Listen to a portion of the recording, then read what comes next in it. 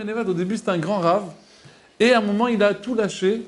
C'était le roi des 10 tribus d'Israël. Comme on a dit qu'après Shlomo, après que le roi Salomon est décédé, la royauté de Shlomo elle s'est dissociée.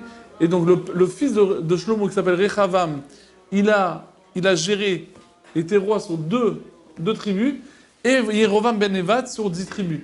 Et voilà que ce Yerovam ben Nevat, il a complètement fait tourner tout le peuple juif. Ce Yerovam ben Nevat, il a fait tourner tout le peuple juif.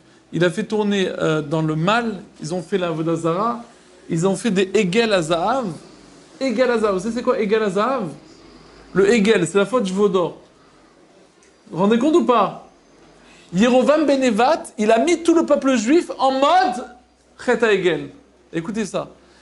Parce que je parle du Chet HaEgel, c'est pas que je fais comme ça, mais en passant, j'ai dit un truc Shabbat magnifique, vous allez aimer ça.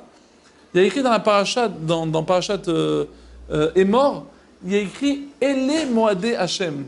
Voici les fêtes de Hachem. De quoi on parle? Pessah, Shavuot, Sukkot, Nachon? La question, écoutez ça, c'est intéressant. Ethan, voici les fêtes de Hachem. C'est quoi les fêtes? Par quoi on commence? Qui c'est? Pessah. Non. Rosh Hashanah. Non. Non. Sukkot. Non. Non. La Torah dit. Pessah, c'est le mois de Nissan. Très bien, ça s'écrit dans Rosh Hashanah. Ouais, d'accord. Mais c'est vrai. Il y a écrit, Ilan, écoutez ça. On dit Ele Moadé Hachem, Ele Moadé Hachem, et on commence par Shabbat. Shechet Yamim Teaseh Melacha. Tous les commentaires ils disent, là tu es en train de me présenter, voici les fêtes. Donc, comme tu as dit, Pessah, Shavuot, Sukkot. Au lieu de présenter le Pessah, on dit Shechet Yamim Teaseh Melacha. 6 jours tu travailleras, et le 7e jour, tu t'abstiendras de travailler. Donc la première question, et ça c'est Rashi le premier qui pose, Ma'inyan Shabbat et Tzela Moadot. Quel est le rapport entre Shabbat et les Moadim? On parle de Moadim, parle-moi de Pessah, qu'est-ce que tu me parles de Shabbat? Le Gaon de Vina, lui, répond rapide. Le Gaon de Vina, il dit tout simplement Shechet Yamim Teaseh Melacha, 6 jours tu travailleras. On ne parle pas de la semaine là. On parle de. Vous savez que si on parle des jours de la Torah, vous savez que Yom Tov, on a le droit de cuisiner. Ouais? Combien de jours il y a de Yom Tov? 2 jours de Sukkot, 2 jours de Pessah, 1 jour de Shavuot, c'est 6 jours. Ouais? Rosh Hashanah. Un jour de Sukkot. Non, un jour de Sukkot. 2 jours de Pessah, 1 jour de Rosh Hashanah et Shavuot, ça fait 6 jours. 2 jours. Non, très bien. 2 jours. C'est Non, vrai, mais Minatora, c'est 1 jour. La Gemara dit dans Betsa, Yoma Arichte, Elohim Arichte, stop. Ok, en tous les cas, Rosh Hashanah, c'est 1 jour, Minatora. On fait 2 jours à cause de Safek, Ayen Betsa.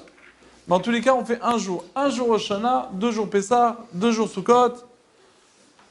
Oi, 1 jour Shavuot, ça fait combien? Ça fait 6. Shechet Yamim Teaseh Melacha. On ne parle pas de Shabbat. 6 jours, tu pourras faire des melachot, c'est-à-dire tu pourras Ochel Nefesh. Ou Bayom Hashvi, c'est Yom Kippour, c'est le jour du grand pardon, Lo Teaseh Melacha. Donc en fait, le Gaon Vina, il dit que on ne parle pas de Shabbat, on parle de tous les jours de fête. Rashi, il demande la question, Rashi demande, pourquoi on a rentré Shabbat dans les Moadim? Pour te dire, Kol ha-mechalel et ha-moadim, kilu chila et ha-Shabbat. Tout celui qui profane les Yom Tov, c'est comme si qu'il a profané Shabbat. Alors tous les commentaires, ils disent, ma kesher. Le type, il fait Shabbat. Yom Tov, il n'a rien à faire. Pourquoi on me dit, si j'ai pas fait Yom Tov, on me fait une croix sur Shabbat? Mais moi, le Shabbat, je le fais, peu cher. Pourquoi tu me sanctionnes? Pourquoi tu me factures Shabbat? Réponse, écoutez cette réponse. Chaque génération, ils ont institué un jour de repos. Les chrétiens, le dimanche. Les arabes, le samedi. Les juifs, les arabes, le vendredi. Les juifs, le samedi. Maintenant, moi, je te donne une question. Qui me dit que quand tu fais Shabbat, c'est parce que tu as envie de... C'est un Shabbat spirituel, parce que tu as envie de faire Shabbat, ou c'est un jour de repos pour toi? Tu sais, c'est qui me dit? C'est Yom Tov. Si Yom Tov, tu respectes, ça veut dire que ton Shabbat, c'est un vrai Shabbat spirituel. Mais si Yom Tov, tu fais pas, ça veut dire que le Shabbat, c'est un jour de repos. C'est ça que le Rashi vient te dire. Ok? Maintenant, écoute ça. Ça, c'est magnifique. Vient le Ben Ishra, il dit un truc magnifique. Il y a écrit Ele Moadé Hachem. Ele. Aleph, Lamed, He. Ele. vient le Élé Moadé. Les fêtes, Ilan, les fêtes, le Élé, les fêtes, ils vont réparer la faute du veau d'or. Qu'est-ce qu'ils ont dit à la faute du veau d'or? Élé Lokecha Israël, voici ton Dieu, Nachon? Ma Kesher. Écoutez ça, comment c'est magnifique. Il dit le Ben Ishra, il dit, vous savez que pour annuler un issour, combien il faut de fois pour l'annuler? Si par exemple j'ai un plat de lait, j'ai fait un soixantième, très bien, un soixantième. Batel Beshishim, il a fait un soixantième, d'accord? Il y a écrit que les Bnei Israël, ils ont fauté combien d'heures ils ont fauté la faute du veau d'or? 8 heures. Non. Il y a écrit Vayar qui Boshesh Moshe, Boshesh Beshesh, Beshesh. C'est-à-dire que Moshe il est venu à la 6e heure. Si tu fais 60 fois plus que 6 heures, ça fait combien? Ah bah 360, voilà. 360. Non, 300. Donc, écoutez, rappelez-vous. Donc combien de fois pour annuler les 6 heures, ils ont fauté 6 heures, donc il faut 60 fois plus, Nahon. Combien c'est 60 fois plus? C'est 360 heures. Si tu prends tous les fêtes de la... Allô? Si tu prends tous les fêtes les fêtes, tu prends Pessah 7 jours, Sukkot 7 jours, et tu prends Shavuot, c'est 1 jour. Ça fait 15 jours. Chaque jour, il y a 24 heures. 15 fois 24, ça fait combien? 360. 360. Ils vont venir les Moadim.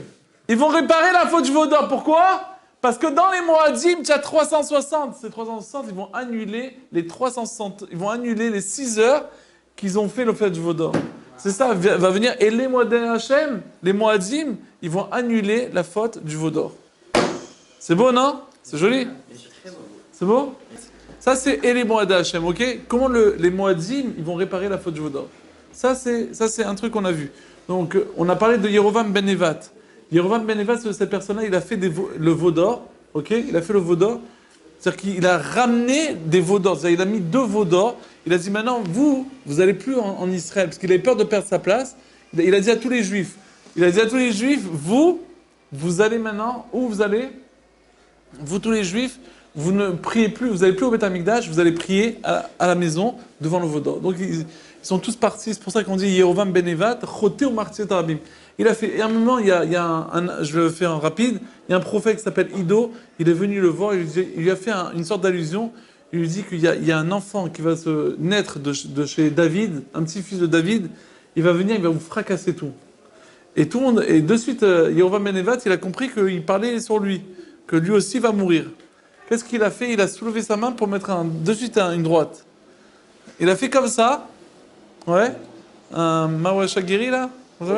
Monsieur Guéry, il a fait comme ça, et puis Tom, son bras, vous avez déjà entendu cette histoire? Il était paralysé. Il s'est allongé, comme il ne pouvait plus bouger. Yerovam Ben Nevat, qui était super important, il a dit regarde, j'arrive plus à bouger. Il a compris que c'était Hachem, que Ido qui lui avait fait ça. C'est le Navi, le prophète, qui lui avait fait la punition. Genre, tu veux me mettre un truc, tu peux pas me toucher. Et il a senti que son bras était tout le côté droit, il était paralysé.